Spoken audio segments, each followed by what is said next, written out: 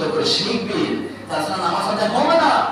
আপনার ছেলে মেয়েদেরকে দিন শিখাবেন, ছেলে মেয়েদেরকে কোরআন শিক্ষা দিবেন, ছেলে মেয়েদেরকে আলেম বানাবেন, আলেম। আপনি মারা যাবেন না।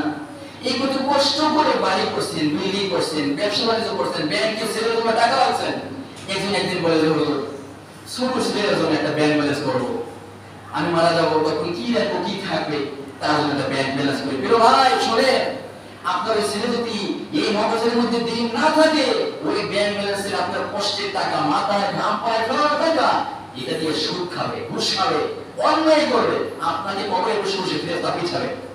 এজন্য সর্বপ্রথম টাকা পয়সা সন্তানদের জন্য সঞ্চয় করে আগে তাদের মগজের মধ্যে আল্লাহর ভয় দেন, আল্লাহর ভয় দেন যে আল্লাহ আমাদেরকে দেখতেছে।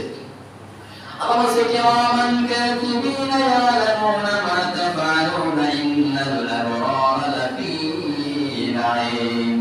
তোমাদেরকে আমি মানুষ হিসেবে অত্যন্ত সম্মানজনক মানুষ হিসেবে আমি আল্লাহ পাক তৈরি করেছি, কিন্তু তৈরি করার পরে এমনি করে ছেড়ে দেয় নাই। আমাদের ফুফা কথা বললেও তো অনেক কথা আছে, তাই না? এক ফুফার সেনাবাহিনী উপরস্থ কর্মকর্তা, তিনি বলেছেন, আমি তো তৎকালীন আওয়ামী লীগ সরকার, শেখ হাসিনা সরকার, বলছেন আমি বর্তমান সরকারের